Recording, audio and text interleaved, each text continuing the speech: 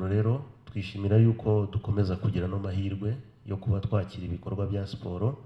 bidufasha mu buryo butandukanye, harimo iterambere rya siporo, harimo guteza imbere igihugu cyacu ku rwego mpuzamahanga, tugaragaza urwego turiho rwo kwakira ibikorwa, ariko nanone tukongera tukagira n'amahirwe yuko tunahuza siporo n'ibindi biba biri bishobora kuba byavukamo, harimo ubukerarugendo ndetse n'iterambere ry'ubukungu. Nka Minisiteri ya Siporo rero biradushimisha kubera yuko iyo dufite ibi bikorwa si abanyarwanda gusa bigiramo amahirwe, ahubwo n'abanyamahanga nabo tuba twakiriye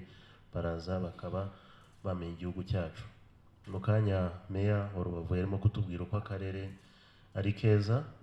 twe ku banyarwanda, ariko n'abanyamahanga bazaza nabo bagira iyo experience. Ni byiza rero twe nka Minisiteri ya Siporo tuba tubona yuko biba bikwiriye. Ikindi nk'uko nembivuze nuko mu iterambere rya siporo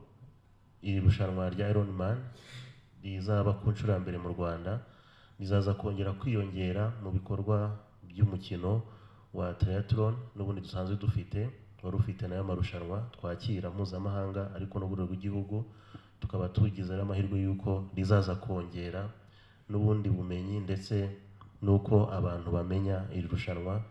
ku rwego rw'igihugu ndetse ku rwego rw'amahanga, kugira ngo bamenye ko no mu Rwanda dushobora kwakira rino rushanwa. Nka Minisiteri ya Siporo rero biratugaragariza yuko mu bufatanye bw'inzego zitandukanye uko turi hano twese, kongeramo namwe abanyamakuru dufatanije,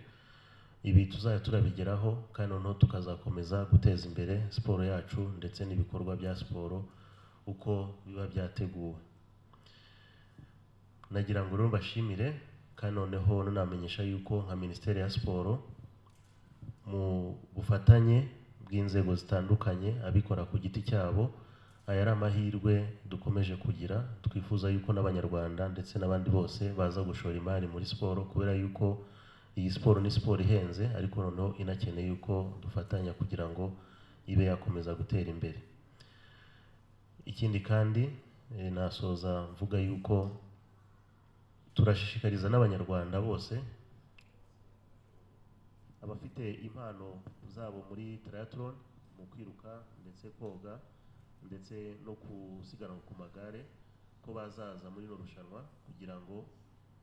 bazaze kugerageza impano zabo, kandi noneho bongere n'amahirwe yabo yo kuba babona amatike cyangwa se itike yo kujya mu mikino y'isi ya Ironman nayo iteganijwe bazabonamo qualification muri ino mikino. Nagira ngo mbashimire, nongere mbifurize umunsi mwiza, kandi noneho tunasaba itangazamakuru afatanyabikorwa yuko muzamenyesha abanyarwanda ko kino gikorwa kizabera ahangaha. Abanyarwanda n'utazashobora kuba yasiganwa cyangwa se yakora irushanwa akaba yazabyitabira, kugira ngo tuzagire n'abaza kurikurikirana kandi noneho bakagira n'iyo experience y'irushanwa twakiriye bwa mbere.